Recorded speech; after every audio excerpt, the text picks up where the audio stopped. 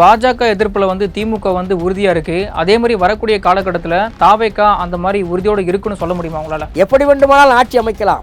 BJP கூட்டணி இருக்கக்கூடிய அதிமுக கூட்டணியில் இருக்கக்கூடிய கட்சிகளுடைய ஆதரவு பெறும் என்று இந்த விஜய் நினைக்கவில்லை. இதிலேயே தெரிந்துவிட்டது.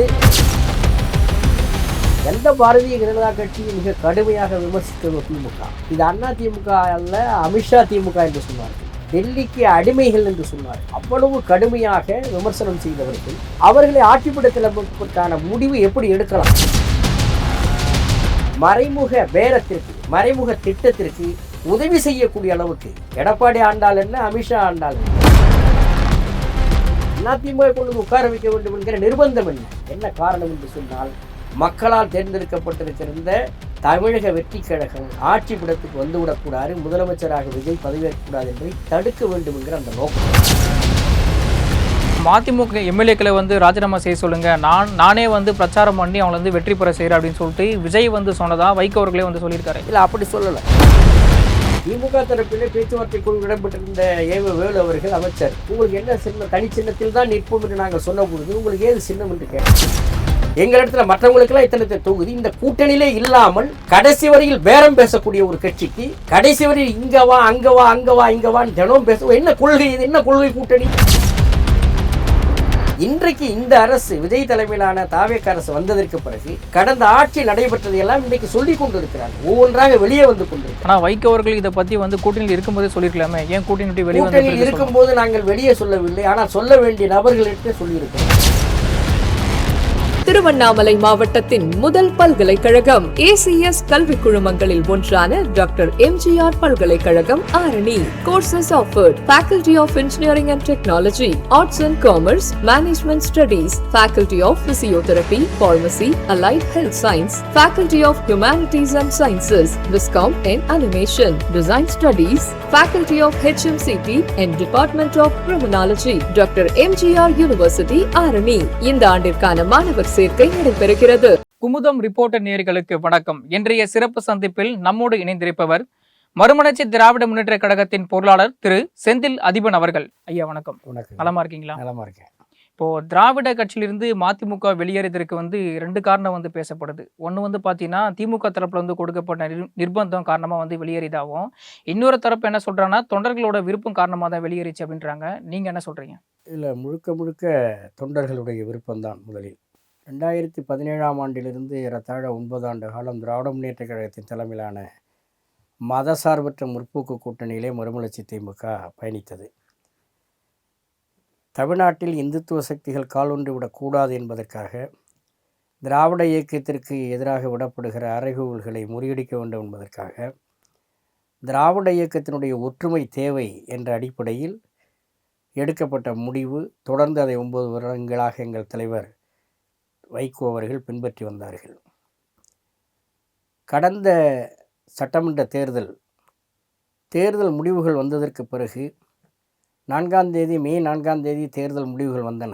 அதற்கு பிறகு 3-4 நாட்கள் நடைபெற்ற நிகழ்வுகள் எங்களுக்கும் பொதுவான அரசியல் பார்வையாளர்களுக்கும் பெரிய அதிர்ச்சியை ஏற்படுத்தியது.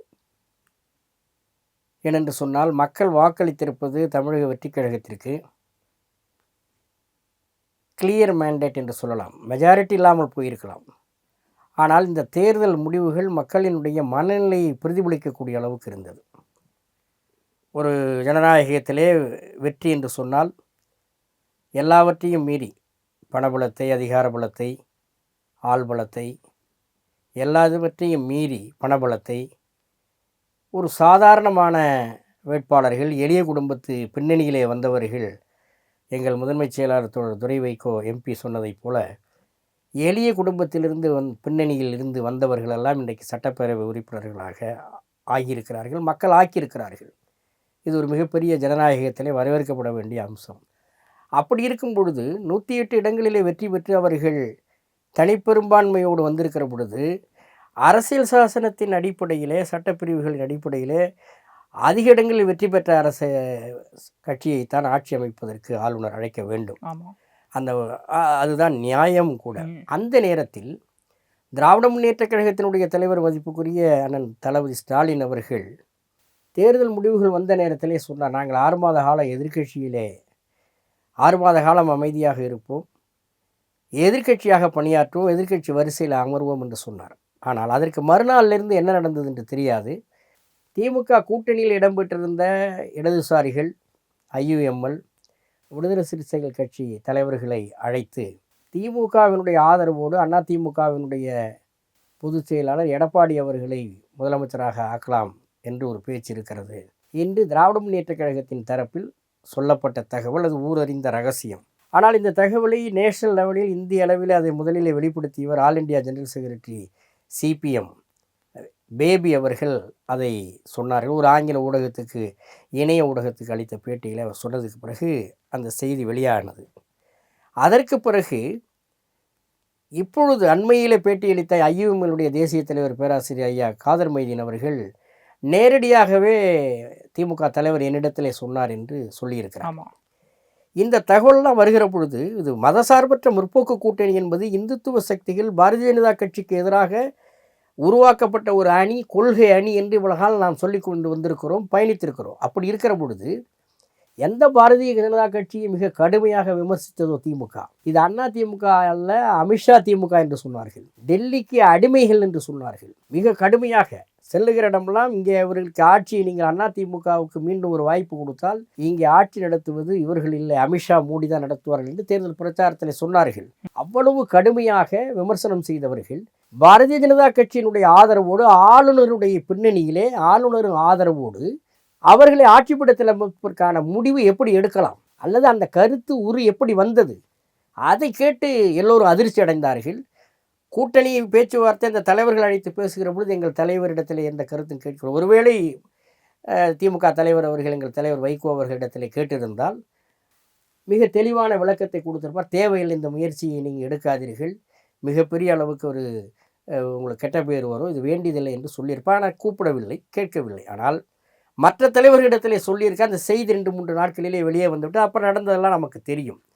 ஆனால் மறுமலர்ச்சி திராவிட முன்னேற்ற கழகத்தை பொறுத்தவரையிலே கொள்கை கூட்டணி என்று நம்பியிருந்த ஒரு கூட்டணி, இந்த கூட்டணியினுடைய தலைமை பாரதிய ஜனதா கட்சியினுடைய பின்னணியில் அவர்களுடைய மறைமுக பேரத்திற்கு, மறைமுக திட்டத்திற்கு உதவி செய்யக்கூடிய அளவுக்கு எடப்பாடி ஆண்டால் என்ன, அமித்ஷா ஆண்டால் என்ன, அவர்கள் பாணியிலே தான் நான் பதில் சொல்கிறேன். அப்படி அதிமுக கொண்டு வந்து உட்கார வைக்க வேண்டும் என்கிற நிர்பந்தம் என்ன காரணம் என்று சொன்னால், மக்களால் தேர்ந்தெடுக்கப்பட்டிருக்கிற தமிழக வெற்றி கழகம் ஆட்சி படத்துக்கு வந்துவிடக்கூடாது, முதலமைச்சராக விஜய் பதவியேற்கக்கூடாது என்பதை தடுக்க வேண்டும் என்கிற அந்த நோக்கம் அவர்களுக்கு இருந்தது. ஆட்சிக்கு வரவிடாமல் தடுக்க வேண்டும் என்று முயற்சி செய்து பார்த்தார்கள். அந்த முயற்சி முனைமுழுங்கி விட்டது. ஆனால் அது எங்களுக்கு மிகப்பெரிய அதிர்ச்சியை தந்தது. எனவே கூட்டணியை விட்டு வெளியே வர வேண்டுங்கிற அந்த முடிவிலே முதலில் அரசியல் ரீதியாக அது ஒரு காரணம். இரண்டாவது, மறுமலர்ச்சி திமுகவை தமிழ்நாட்டில் நாங்கள் எங்கள் தலைவர் வைகோ அவர்கள் 94 தொடங்கி 32 ஆண்டுகள் கடந்துட்டன. 15 ஆண்டுகள் மாநில கட்சியாக நாங்கள் இந்த நாட்டிலே மறுமலர்ச்சி திமுக அங்கீகரிக்கப்பட்ட மாநில கட்சியாக இருந்தது. அப்படிப்பட்ட ஒரு கட்சியை கூட்டணியில், அதுவும் கடந்த சட்டமன்ற தேர்தலில் 2019 நாடாளுமன்ற தேர்தலின் போதே அவர்கள் சின்னத்தை கொடுக்கவில்லை. 2 லோக்சபா சீட்டு அன்றைக்கு கொடுத்திருந்தார்களா மறுமலர்ச்சி திமுக அங்கீகாரம் கண்டினியூ ஆகிருக்கும். ஆனால் அவர் கொடுக்கவில்லை. 2021 தேர்தலிலும் அவர்கள் 6 இடங்களை ஒதுக்கி சட்டமன்ற தேர்தலிலே உதயசூரியன் நிற்க வேண்டும் என்று நிர்பந்தம் செய்தார்கள். நாங்கள் ஒரு பொது நோக்கத்துக்காக இணைந்திருக்கிற பொழுது இவ்வளவுதான் உதயசூரியன் நிற்க வேண்டும் என்று சொல்லுகிற பொழுது தாங்கிக் கொண்டோம். ஆனால் 2024 நாடாளுமன்ற தேர்தலில் ஒரு தொகுதி எங்களுக்கு ஒதுக்கப்பட்டது. 2 தொகுதிகள் கேட்டோம், ஒரு தொகுதி தான் ஒதுக்கினார்கள். அதுவும் எங்கள் தலைவருக்கு ராஜ்யசபா கொடுப்பதாக சொல்லி பேச்சுவார்த்தை குழுவில் நானும் இடம்பெற்றிருந்தேன். 2024 நாங்கள் நேரடியாகவே டிஆர் பாலு அவர்களிடத்தில் கேட்டோம். ராஜ்யசபா ஒன்று போன முறை மாதிரி எங்களுக்கு ஒதுக்கீடு செய்யும் போது இன்னும் ஓராண்டு உங்களுக்கு உங்கள் தலைவருக்கு இருக்கிறது, அது முடிகிற நேரத்தில் திமுக தலைவர் முடிவெடுப்பார், நிச்சயமாக ராஜ்யசபா உண்டு என்று சொன்னார்கள். ஆனால் அதற்கு பிறகு அந்த ராஜ்யசபா சீட்டு எங்களுக்கு கொடுக்கவில்லை, வேற ஒரு கட்சி தலைவருக்கு கொடுத்தார்கள். இந்த தேர்தலிலும் நாங்கள் வலியுறுத்துகிற பொழுது மறுமலர்ச்சி திராவிட முன்னேற்ற கழகத்துக்கு மிகுந்த குறைவாக 4 இடங்கள் ஒதுக்கினார்கள். எங்களுடைய பொதுக்குழு கடந்த ஆண்டு ஆகஸ்ட் மாதம் 2025 ஆகஸ்ட் 4ஆம் தேதி ஈரோட்டில் கூடிய போது அந்த கூட்டத்தில், அந்த பொதுக்குழு கூட்டத்தில் மிக தெளிவாக நாங்கள் கட்சியினுடைய பதிவை பாதுகாத்து கொள்ள வேண்டும், நீண்ட காலம் நாம் மாநில கட்சியாக தொடர்ந்திருக்கிறோம், இந்த சூழ்நிலை அங்கீகாரத்தை மீட்டெடுக்கின்ற வகையிலே தொகுதி இடங்களை பெற வேண்டும், தனிச்சின்னத்தில் போட்டியிட வேண்டும், தீர்மானங்கள் நிறைவேற்றணும், எல்லோரும் பேசினார்கள். ஆனால் முதல் முறை அதை முடிந்ததற்கு பிறகு, பொதுக்குழு முடிந்ததற்கு பிறகு திமுக தலைவர், எங்கள் தலைவர் வைகோ வந்து சந்தித்து பொதுக்குழுவில் நடந்ததை எல்லாம் விளக்கி தனிச்சின்னத்தில் போட்டியிட வேண்டும் என்று தீர்மானம் நிறைவேற்றியிருக்கிறோம் என்று சொல்லிவிட்டு தான் வந்தார்கள். ஆனால் அதிலிருந்து 2024 பிப்ரவரி 23 முதல் பேச்சுவார்த்தை, இந்த பேச்சுவார்த்தை குழுவிலும் எங்கள் அவைத்தலைவர் ஆடிட்டர் அர்ஜுன்ராஜ் அவர்களும் நானும் எங்களுடைய கட்சியினுடைய நிர்வாகிகளும் கலந்து கொண்டோம். அந்த பேச்சுவார்த்தை நடைபெறுகிற வரையில் 6-7 மாதங்கள் சின்னத்தை பற்றி பேசவில்லை. ஏன்? பேச்சுவார்த்தை முதல் கட்ட பேச்சுவார்த்தை பிப்ரவரி 23 இந்த ஆண்டு தொடங்கின போது அறிவாலயத்துக்கு நாங்கள் பேசுகிற பொழுது சின்னம் குறித்து அவர்கள் எதுவுமே சொல்லவில்லை. திமுக தரப்பில் இன்னும் சொல்லப்போனால் திமுக தரப்பிலே பேச்சுவார்த்தை குழு இடம்பெற்றிருந்த வேலு அவர்கள் அமைச்சர், உங்களுக்கு என்ன சின்னம், தனி சின்னத்தில் தான் நிற்போம் என்று நாங்கள் சொன்ன பொழுது உங்களுக்கு ஏது சின்னம் என்று கேட்டார். பம்பரம் இல்லை, ரெகனைஸ்டு பார்ட்டி இல்லை என்ற காரணத்தால் பம்பரம் சின்னம் ரிசர்வ் சின்னமாகத்தான் எலெக்ஷன் கமிஷன் இருக்கு, எனவே கேட்டார். அப்பொழுது பக்கத்தில் இருந்த KN நேரு அவர்கள், ஏன் அவங்க எம்பி நின்று ஜெயிச்சார திருச்சியில், தீப்பெட்டி சின்னம், அந்த சின்னம் இருக்கிறது என்று சொன்னார்கள். அந்த தீப்பெட்டி சின்னமே அவர்கள் போன நாடாளுமன்ற தேர்தலிலே இங்கே ஒப்பந்தம் கையெழுத்து போடும்போது தனி சின்னம் என்றோ அல்லது உதயசூரி என்றோ எதுவும் சொல்லவில்லை, ஒப்பந்தம் கையெழுத்தாயிட்டது. ஆனால் எங்கள் துரை வைகோ அவர்கள் வேட்புமனு தாக்கல் செய்வதற்கு முதல் நாள் அங்கே திருச்சியிலே செயல்வீரர் கூட்டம் நடந்த நேரத்திலே, கூட்டணி கட்சி செயல்வீரர் கூட்டத்திலே அங்கே திமுக மாவட்ட செயலர் இன்னும் பிறரும் சேர்ந்து உதயசூரி சின்னத்தில் போட்டியிடும் என்று ஓப்பனாக சொல்லுகிற நேரத்தில் அதை எதிர்த்து அது முடியவே முடியாது என்று சொன்னது மட்டும் இல்லை, நாங்கள் நிற்க வேண்டும் என்று விரும்பவில்லை, நீங்களே நின்று விட்டு போங்கள், நாங்கள் திராவிடர் கழகம் மாதிரி கட்சி நடத்தி விட்டு போவோம் என்று துணிந்து சொன்னார் எங்கள் துரை வைகோ. தீப்பெட்டி சின்னம் வேறு வழி இல்லாமல் தீப்பெட்டி சின்னத்தை போட்டியிடுவதற்கு அனுமதித்தார்கள். நாங்கள் அப்படி அந்த நேரத்தில் உதயசூரியன் தான் என்று அவர்கள் கட்டாயப்படுத்தியிருந்தால் ஒருபோதும் துரை வைகோ நின்றிருக்க மாட்டார். அந்த முடிவை அன்றைக்கு எடுத்தார். அதனால தான் இன்றைக்கு மறுமலர்ச்சி திமுக நம்பிக்கைக்குரிய தலைவராக அவரை பார்க்கிறார்கள், துரை வைகோ அவர்களை. இதை நான் சொல்லுவதற்கு காரணம், 2024 நாடாளுமன்ற தேர்தல் நடந்தது. 2026 சட்டமன்ற தேர்தல் இப்பொழுது முதல் தடவை முதல் பேச்சுவார்த்தை முதல் அமர்விலே அவர்கள் வலியுறுத்தவில்லை. சரி, சின்னம் பிரச்சனை, இதில் தலையிடக்கூடாது, அவர்களை விரும்பிய சின்னத்தில் நிற்க வேண்டும் என்று சொல்லிவிட்டார் முதல்வர் என்று சொல்லி திமுக தலைவர் சொன்னதாக வேலு அவர்கள் சொன்னார்கள். ஆனால் 15 நாட்கள் கழித்து 2வது அமர்வில் பேச்சுவார்த்தைக்கு நாங்கள் போகிற பொழுது உதயசூரிய சின்னத்தில் தான் நிற்க முடியும். நிர்பந்திக்கப்பட்டீங்களா? நிர்பந்திக்கப்பட்டோம். 4 சீட்டு தான் என்று சொன்னார்கள். இருந்தாலும் கூட தேர்தல் ஆணையத்தினுடைய விதிமுறைகளின்படி ஒருவேளை நடவடிக்கை எடுக்க வேண்டிய நிலைமை ஏற்பட்டால் என்ன செய்வது? எனவே ஒரு சீட்டாவது நாங்கள் அதில் நிற்கிறோம், 4ல் 1ஆவது நிற்கிறோம் என்று சொன்னோம். எனவே எங்களுக்கு ஒதுக்கீடு செய்யப்பட்ட தொகுதிகளில் 4 தொகுதிகளே சீர்காழி தனித்தொகுதியில் மட்டும் பம்பர சின்னத்தில் போட்டியிடலாம் என்று எழுதி ஒப்பந்தம் போட்டுவிட்டு நாங்கள் வந்துவிட்டு வேட்பாளர் மனு தாக்கல் செய்வதற்கு, சீர்காழி தொகுதியில் மனு தாக்கல் செய்வதற்கு முன்பு காலையில் ஒரு 5:45 மணி அளவிலே TR பாலு அவர்கள் எங்கள் தலைவர் வீட்டுக்கு அண்ணா நகருக்கு வந்து விட்டார். இல்லை, ஒட்டுக்கொள்ள முடியாது, சீர்காழி தொகுதியிலும் உதயசூரியன் தான் நீங்கள் போட்டியிடணும், கட்சிக்காரங்களுடைய நிர்பந்தம் தாங்க முடியல, முடிவு எடுத்து அறிவியுங்கள் என்று சொல்கிறார்கள். சொன்னது மட்டுமில்லை, நீங்கள் இங்கே உதயசூரியன் போட்டியிடாமல் தனி சின்னத்தில் நிற்க வேண்டும் என்று நீங்கள் பிடிவாதம் பிடித்தால் மற்ற 3 இடங்களிலும் 3 தொகுதிகளிலும் எங்கள் தோழர்களுடைய உதவியவோ அல்லது தேர்தல் பணிகளையோ எதிர்பார்க்க முடியாது என்று அவர் எங்கள் தலைவரிடம் சொன்ன பொழுது எங்கள் தலைவர் அதிர்ந்து விட்டார், இடிந்து போய் உட்கார்ந்து விட்டார். அவருடைய கவலையை எங்களிடத்திலே பகிர்ந்து கொண்டார்கள்.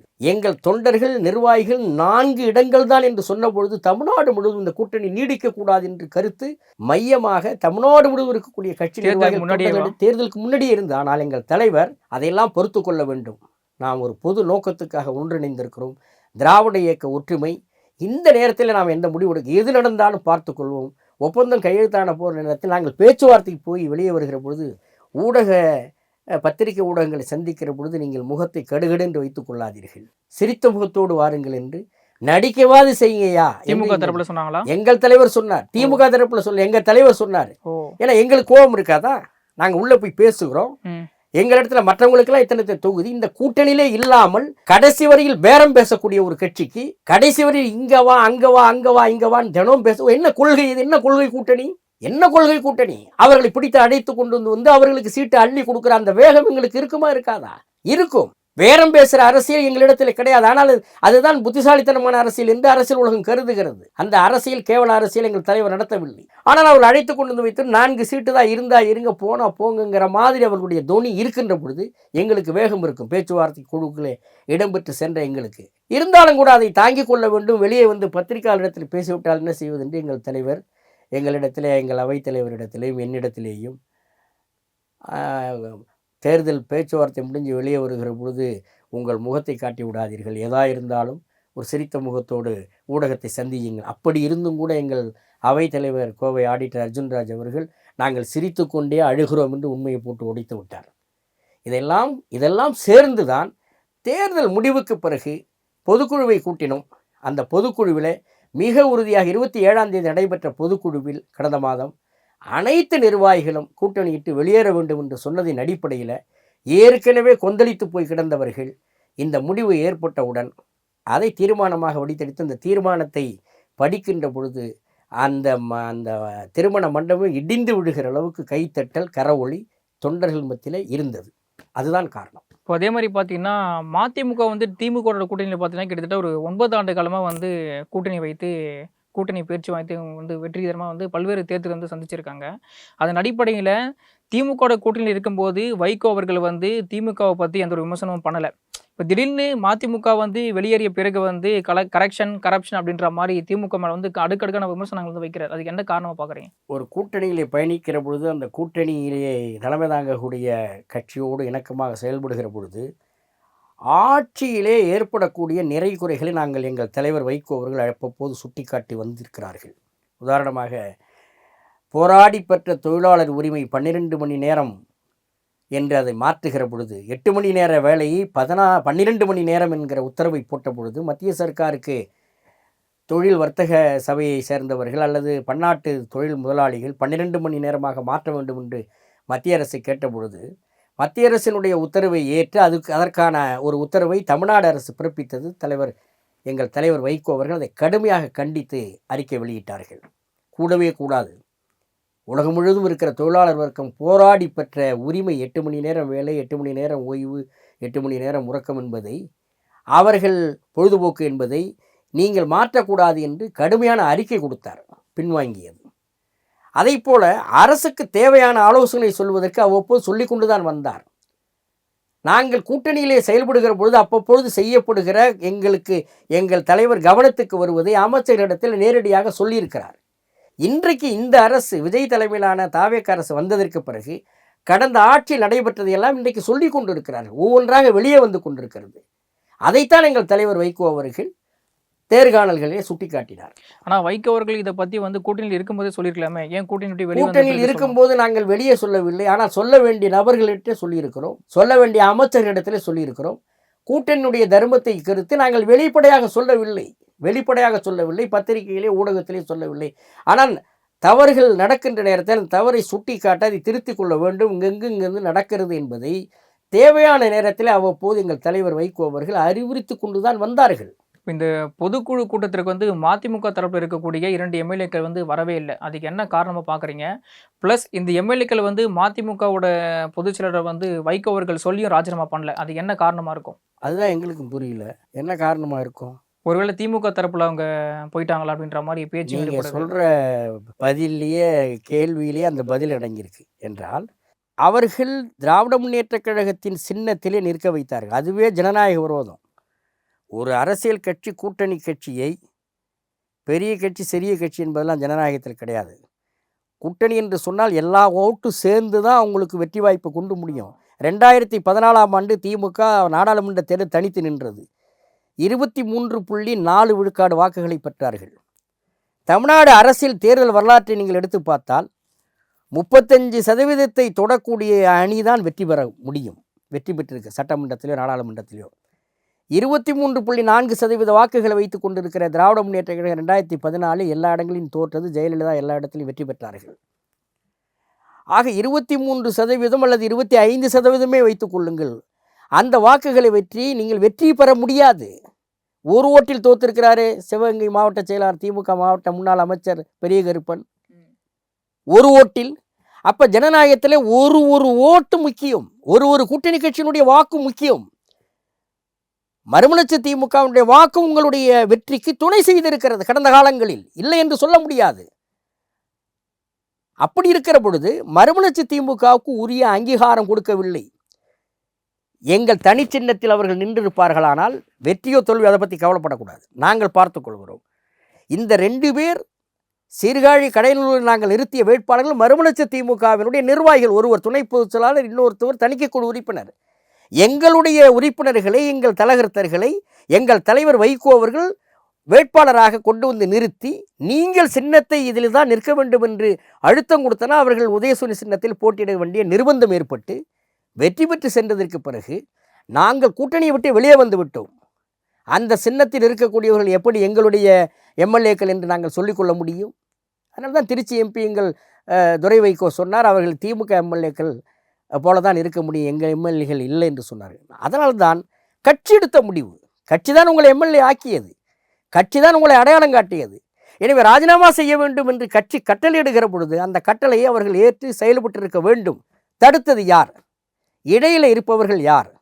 அதுதான் கேள்வி. இப்போ ஒருவேளை வந்து திமுக வந்து தாவேக்கா பொறுப்பேற்றதுலேருந்தே குதிரை பேர் வந்து பேசப்பட்டது அப்படின்ற மாதிரி ஒரு குற்றச்சாட்டு வந்து முன்வைக்கிறாங்க. இப்போ மதிமுக எம்எல்ஏக்கள் தரப்புல வந்து இந்த 2 எம்எல்ஏக்கள் விஷயத்துல திமுக வந்து இந்த குதிரை பேரத்தில் ஈடுபட்டதா நீங்க பாக்குறீங்களா? எங்கள் எம்எல்ஏக்களை ராஜினாமா செய்ய சொல்லி எங்கள் பொதுச் செயலாளர் உத்தரவிடுகிறார். அதை நடைமுறைப்படுத்த முடியாமல் 2 பேரும் தலைவரின் தொடர்புகளுக்கு அப்பால் போய்விட்டார்கள் என்று சொன்னால், அப்போ இவை நேற்றைக்கு ஜூலை 4ஆம் தேதி RS பாரதி அவர்கள் தலைமையில் திமுக குழு போய் ஒரு மனு கொடுத்துருக்கு ஆளுநரிடத்தில். அதே போல் அதிமுக தலைமையில் அக்ரி கிருஷ்ணமூர்த்தி, இன்பதுரை எம்பியும் போய் கொடுத்துருக்காங்க. அதில் இந்த குதிரை பேரம் நடத்தது, இந்த ஆட்சி மீது நடவடிக்கை எடுக்கணும்லாம் சொல்லியிருக்கு. அந்த செய்தி 5ஆம் தேதி பத்திரிக்கையில் வந்திருக்கு, பிரிண்ட் இளையதனத்தில் வந்திருக்கு.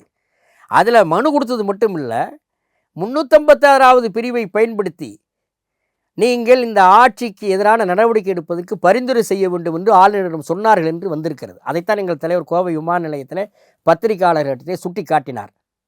எங்களுடைய கேள்வி, அதில் சொல்லுகிற பொழுது RS பாரதி சொல்கிறார், திமுக எம்எல்ஏக்கள் 2 பேரை, அந்த மனுவில் எழுதியிருக்காங்க, திமுக எம்எல்ஏக்கள் 2 பேரை மதிமுக ராஜினாமா செய்ய சொல்லி கேட்கிறது. இதுக்காக தானே நாங்கள் வந்து எங்கள் சின்னத்தில் நிற்கணும்னோ. எங்கள் எம்எல்ஏங்கிறார் யார? மதிமுக சார்பில் நிறுத்தப்பட்டிருக்கிற வெற்றி பெற்றிருக்கிற கடையநல்லூர் எம்எல்ஏவும் சீர்காழி எம்எல்ஏ எங்கள் எம்எல்ஏன்னு திமுக சொல்லுது. நான் ஒரு கேள்வி கேட்குறேன். மரியாதைக்குரிய ஜவஹருல்லா மனிதநேய மக்கள் கட்சியினுடைய தலைவர் பேராசிரியர், அவர் உதயசூரியன் சின்னத்தில் நின்று வெற்றி பெற்றார், எங்கள் எம்எல்ஏன்னு சொல்லுவீங்களா?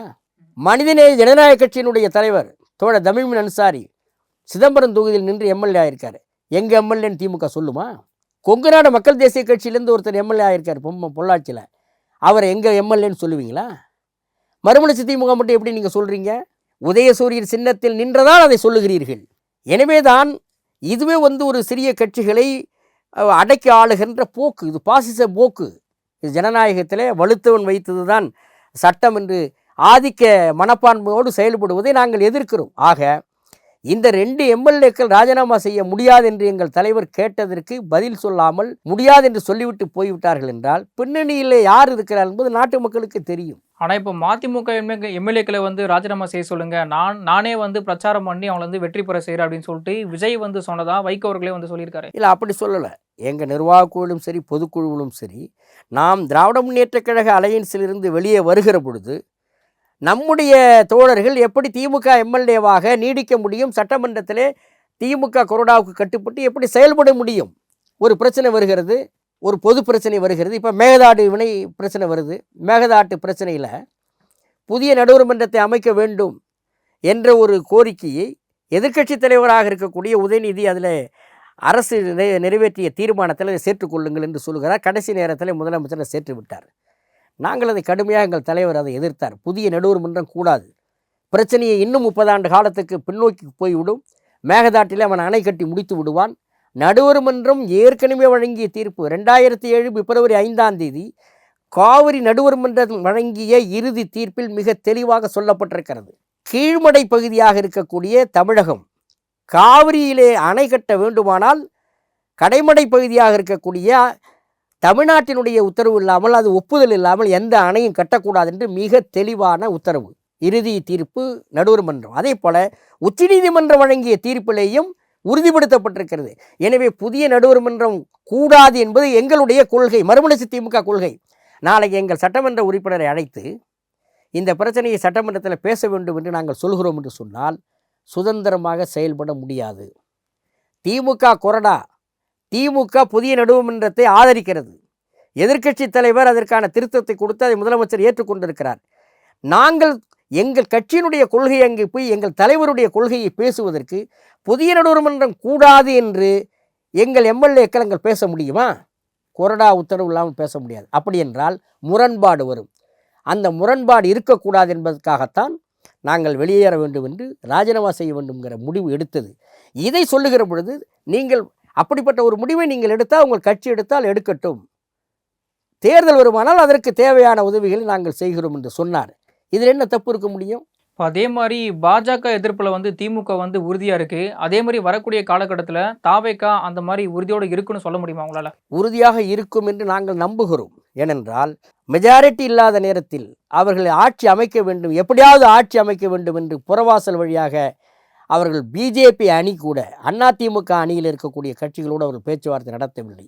வெளிப்படையாக மதசார்பற்ற முற்போக்கு கூட்டணி என்று அறிவிக்கப்பட்ட திமுக தலைமையிலான கூட்டணியில் இடம்பெற்றிருந்த கட்சிகளை தான் நேரடியாக அவர்களிடத்தில் பேசி கடிதம் கொடுத்து அனுப்பி தாவேகாவினுடைய பிரதிநிதிகள் போய் சந்தித்து ஆட்சி அமைப்பதற்கு உங்கள் ஆதரவை தாருங்கள் என்று கேட்டார்களே தவிர, இதிலேயே தெரிந்துவிட்டது எப்படி வேண்டுமானால் ஆட்சி அமைக்கலாம், பிஜேபி கூட்டணியில் இருக்கக்கூடிய அதிமுக கூட்டணியில் இருக்கக்கூடிய கட்சிகளுடைய ஆதரவு பெறும் என்று இந்த விஜய் நினைக்கவில்லை. கம்யூனிஸ்ட் கட்சிகளிடம் கேட்டார், விசிகவிடம் கேட்டார், ஐயுஎம்எல் கட்சியிடம் கேட்டார்.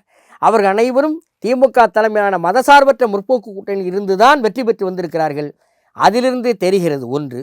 ரெண்டாவது, மறுமலர்ச்சி திராவிட முன்னேற்றக் கழகம் அண்ணா பாதையிலே அண்ணா வகுத்த கொள்கையில் நாங்கள் நடைபெறுகிற பொழுது அண்ணாவினுடைய இருமொழி கொள்கை தான் தமிழ்நாட்டிற்கு இதுவரையில் பின்பற்றப்படுகிற 60 ஆண்டுகளுக்கு மேலாக செயல்பாட்டில் இருக்கக்கூடிய இருமொழி கொள்கை.